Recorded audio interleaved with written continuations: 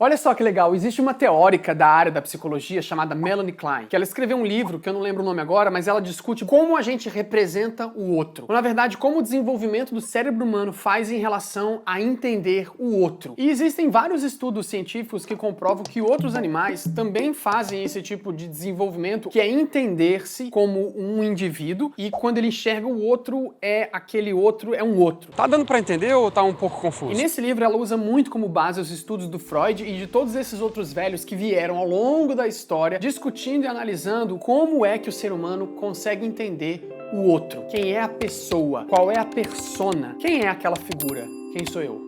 A gente só precisa tomar cuidado para não ficar muito técnico, parecer que a gente tá falando de um assunto que não é comum, porque na verdade ele é, e é bem comum. Calma. Eu não entendo por que eu fico me referindo na terceira pessoa. Falar o que significa interpretar deve ser uma das coisas mais complexas e difíceis que os artistas cênicos enfrentam. Até porque você ter que definir alguma coisa, por definição, já bem parece uma tarefa arduamente complexa. E isso de você dizer que alguém tá atuando bem ou não tá atuando bem, putz, é melhor ficar realmente na esfera do eu gosto, eu acho bom. Nossa, eu vi aquele cara, parecia que ele tava dentro do personagem. Ah, eu gosto dessa atriz, ela me emociona. A gente acredita nessa atriz quando ela chora. Fulana trabalha bem, já ouviu essa? O fato é que a gente estuda, ou tentamos estudar isso desde o início, ao longo da história. Como é essa relação da gente com a interpretação de outra persona. E meio que isso se aplica toda vez que a gente vai avaliar a performance de uma atriz ou de um ator, se ele tá ou não interpretando com verossimilhança, se ele tá ou não interpretando com verdade. Provavelmente é esse o raciocínio básico que você tem na cabeça pra achar a cena crível ou não crível. Ok, falamos, mas o que seria de fato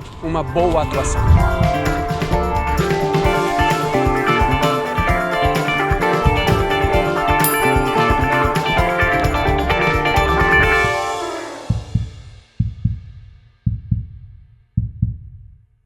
Estudar qualquer coisa sobre interpretação cênica, aula de teatro, aula de atuação para câmera, qualquer coisa, é praticamente impossível você não falar de Stanislavski. É mais ou menos como você estudar o Renascimento e não falar de Shakespeare. Tem uma infinidade de assuntos e livros que você pode encontrar no nome dele. Muitas vezes esses caras não são os autores dos próprios livros. Funciona assim, tipo, eles têm um grupo de atores, um grupo de alunos, eles trabalham juntos e depois os alunos pegam esse material todo, escrevem sobre isso e publicam a metodologia do fulano, a técnica de não sei o quê. Até onde você tem o personagem e até onde você tem o ator. Quem empresta o tempo um pro outro? Isso foi discutido ao longo da história por muitos teóricos e filósofos. Aristóteles, Shakespeare, Denis Diderot e depois o psicodrama e todos esses teóricos atuais, Viola Spolin, porque afinal de contas parece que é meio que natural da nossa espécie esse lance de fingir-se ser o outro. Também porque a gente gosta de premiar no tapete vermelho o ator e a atriz quando eles fazem um excelente trabalho, mesmo que não. O ano foi mais ou menos entre 1775 e 1800, quando Denis Diderot, baseado no movimento enciclopedista, escreveu um livro chamado O Paradoxo do Comediante. Nesse livro ele coloca que as lágrimas de um homem comum sobem do seu coração e as de um comediante descem do seu cérebro. A psicologia ainda não existia exatamente, ainda era tido de uma forma muito bilateral, espírito e corpo. Entre outras coisas, no livro ele dizia que fingir-se ser quem você não é era um processo, na verdade, de interpretação e menos emoção. Que a expressividade desse objeto artístico passava muito mais por um intelecto do que propriamente pela emoção. Bom, muito antes dele, lá em 1600 e lá vai dinossauro, o Shakespeare escrevia na segunda cena do segundo ato do Hamlet, em que o personagem Hamlet conversa com o ator sobre por que esse ator seria bom o suficiente para interpretar uma peça que o Hamlet tinha escrito chamado A Ratoeira. Não vou ficar me delongando muito a história do Hamlet, vocês devem conhecer, quem não conhece dá um Google. Numa cena fantástica, genial, ele trava um diálogo com o ator sobre qual seria a profundidade da interpretação. E o ator, ele interpreta um trecho pro Hamlet. Ele interpreta Hécuba, que é uma mulher da mitologia grega. E ele chora, e ele fala profundamente sobre a dor da Hécuba, que teve seus filhos mortos pelo rei, e a Hécuba, ela mordeu o rei, então os deuses transformam ela numa cadela. Cara, a mitologia grega é uma criatividade. Depois que o ator interpreta essa cena, o Hamlet vai para um canto e fala: como é possível, cara, um homem interpretar uma mulher que nem sequer talvez exista, que faz qualquer pessoa se emocionar porque tá lá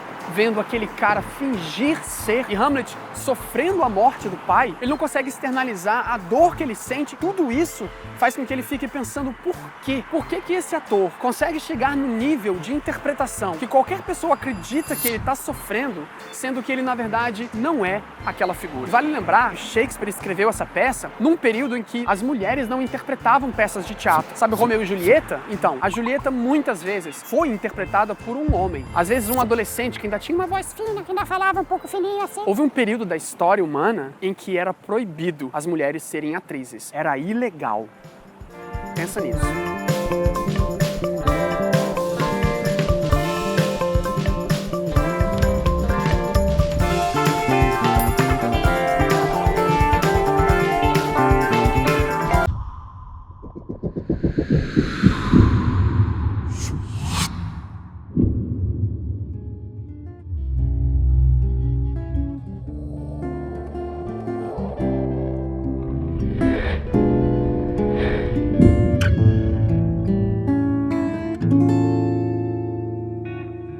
Muito antes disso virar uma questão muito importante e complexa com Stanislavski, que foi um russo que morreu em 1938. Se você ainda for mais a fundo, lá na Idade Média, com os Canovatios, você sempre encontra o momento em que a gente estava tentando entender quando é o start do outro e quando é o start da gente. Você assiste uma pessoa assim e é um pacto que você precisa fazer. Você precisa acreditar que aquele cara está interpretando o personagem para que ele então possa interpretar esse personagem. E esse pacto é uma coisa de 50-50. Se você não acredita nele e ele também não acredita no que ele está fazendo, a cena vai ser ruim. O que é que faz a plateia acreditar? É só uma ingenuidade? Ou de fato existe uma técnica de expressividade que você consegue botar passo a passo para que todos os elementos estejam coletivamente montados para que a plateia olhe e fale: ok, acredito que aquela pessoa está chorando pela morte da filha. Que esse tipo de pacto, ele tem que ser estabelecido conscientemente. Você vai assistir uma cena, um filme, porque você quer ver aquele ator interpretar aquele personagem, mas ao mesmo tempo você também quer ver aquele personagem ser interpretado por aquele ator. E isso também acontece do lado do ator. Ele realmente espera que você acredite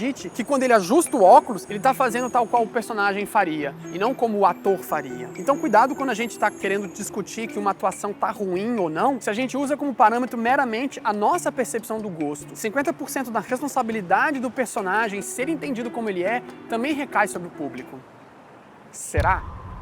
Não sei. Mas afinal de contas, quantos eus eu consigo ser ou quantos eus eu posso ser dentro de mim mesmo? O Stanislavski realmente foi um dos caras mais influentes e mais importantes na criação de uma metodologia de interpretação. E hoje nós damos um prêmio de melhor ator ou melhor atriz para a pessoa que interpreta mais perto dentro de um método que foi inventado em 1900. Você pensa que uma coisa que foi criada como metodologia de interpretação em 1900 subscreveu tudo que a gente entende ou aceita como boa interpretação até os dias de hoje. Há quem diga que esse método de interpretação realista, que é o que a maioria das pessoas usa no YouTube para falar sobre interpretação, se o ator tal não tá interpretando bem, se a atriz tal não tá chorando, ele só pode ser aplicado se você estiver fazendo personagens que sejam dessa escola realista. Se o personagem tá dentro da faixa etária da sua idade. A mulher vai interpretar uma mulher que, na verdade, tá muito próxima da realidade dela. Nada de você ficar interpretando criaturas da água, seres que comem ovo, sei lá, cachorro que fala. E há quem pense que não, que no fim das contas, interpretar com técnicas realistas é apenas interpretar com técnicas realistas. Você vai usar uma técnica para chegar na emoção, mesmo que a emoção seja simbólica. E a forma como você usa a ferramenta é, na verdade, como você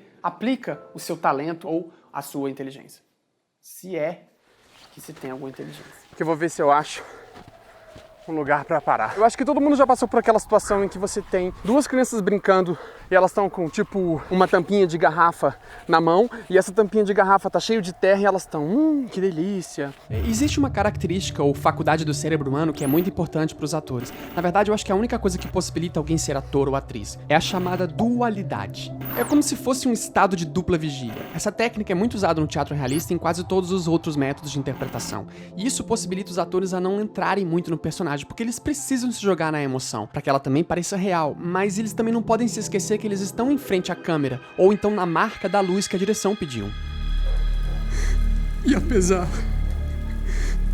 de eu estar interpretando um personagem que é um detetive de 1938, eu não posso me emocionar muito porque eu tenho que levar em conta que existe toda uma equipe de áudio em volta de mim e que eu tenho um lavalier preso no meu umbigo. Ok, canastrice à parte, essa capacidade de ser duo é algo completamente natural, desde a sua infância. As crianças têm isso naturalmente. A questão de transitar entre fantasia e realidade sem se perder em nenhuma delas. Tenta lembrar de como era estar completamente dragado pela fantasia quando a sua mãe gritava: Jéssica! Jéssica!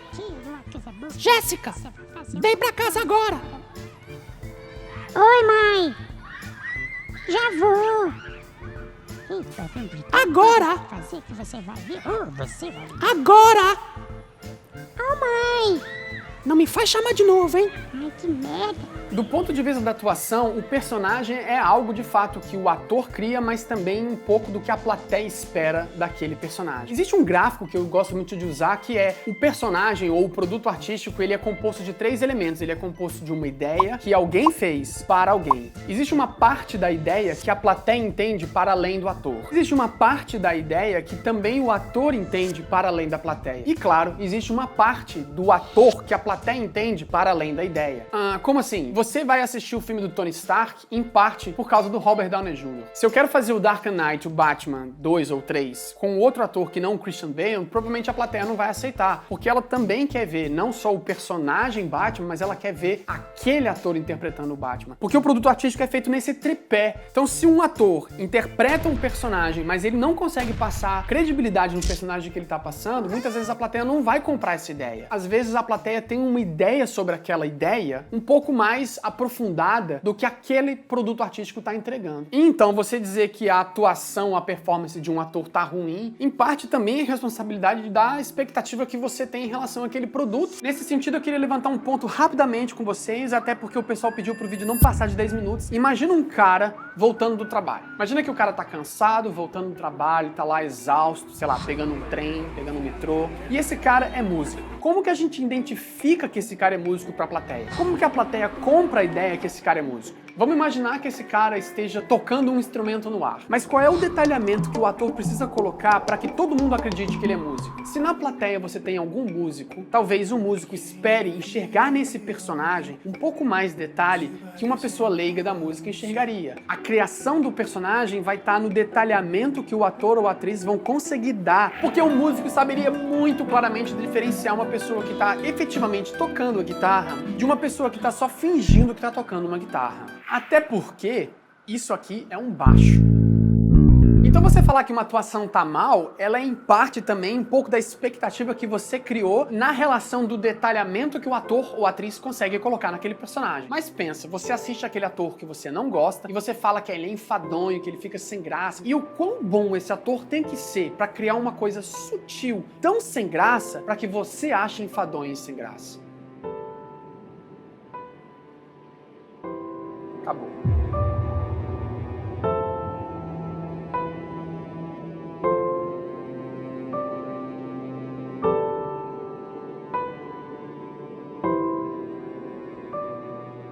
Uma coisa que eu pensei em fazer no 4º ou 5º episódio era um episódio só de comentários, porque a gente tem alguns comentários que são interessantes de discutir, mas eu não sei se o pessoal ia gostar disso, ou fazer um behind the scenes.